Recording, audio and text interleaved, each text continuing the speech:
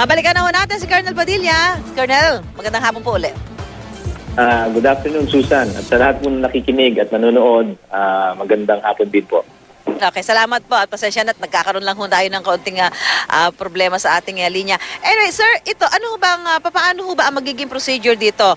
Kapag ho nagbigay ng go signal ang US Embassy o ang Department of Foreign Affairs, kaugnay ho ng pinalabas na warrant of arrest dito kay Pemberton? Kami po ay nakaantabay lang. Ang proseso po ay magmumula sa focal agency natin, ang Department of Foreign Affairs. At mukha yatang inaantay pa nila ang reply po na nagmumula sa US Embassy.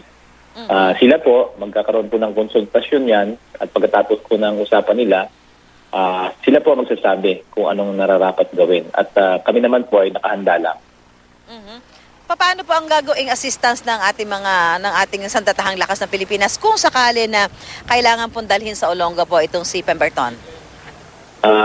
Hindi rin po natin alam dahil mag-aantay po tayo na po ano man ang kinakailangan. Nasa request po ng sino man na maatasan na maglipat sa kanya.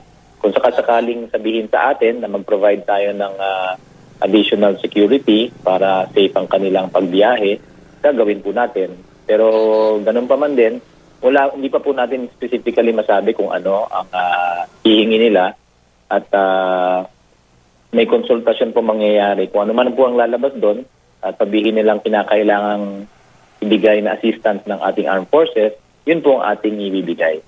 But sa ngayon po, wala pa ho inilalatag kung ano yung mga kakailanganin nilang tulong mula sa ating AFP. Wala pa po. At kahapon pa ho kami nag-aantay ng abiso, wala pa naman din po dumadating hanggang ngayon. Okay.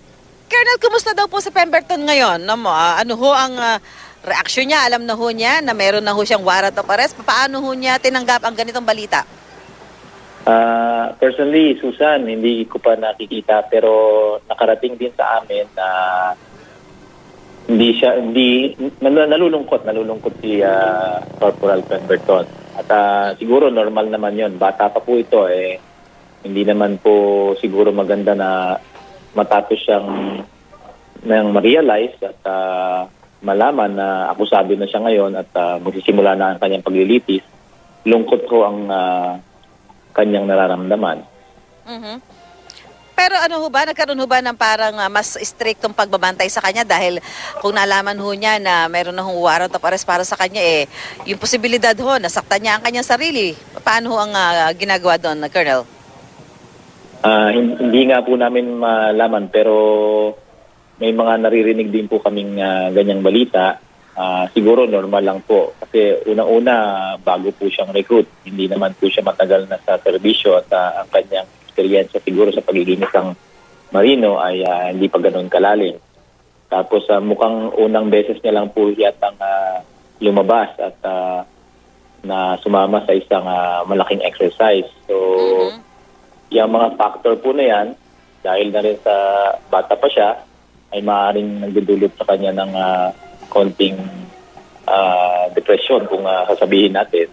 Pero hindi po namin ma-ascertain yan dahil nga po naririnig lang din namin po sa mga kasama natin.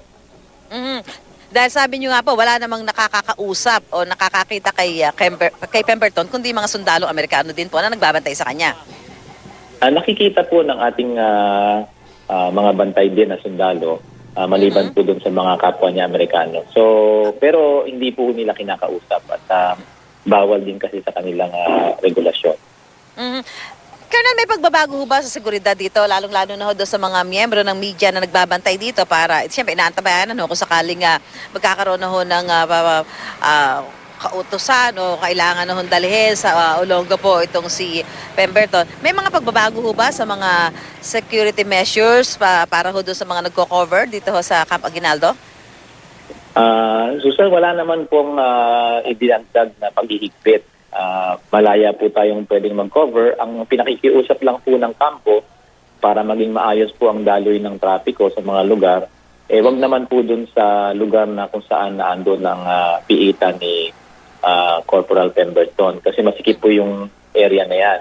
Kanya po, ang camp commander, siya na po ang magbibigay ng additional guidance sa ating mga traffic enforcers at saka mga ibang security personnel na kung sakali kong pagbabawalan kayo sa mga ibang lugar, sana po hindi nyo ikagagalit kasi ang iniisip lang po ng kampo ay maging maayos po ang daloy ng trapiko at yung mga nagtatrabaho po sa mga karatig na building at offices ay makarating naman na maayos sa kanilang mga dapat paroonan.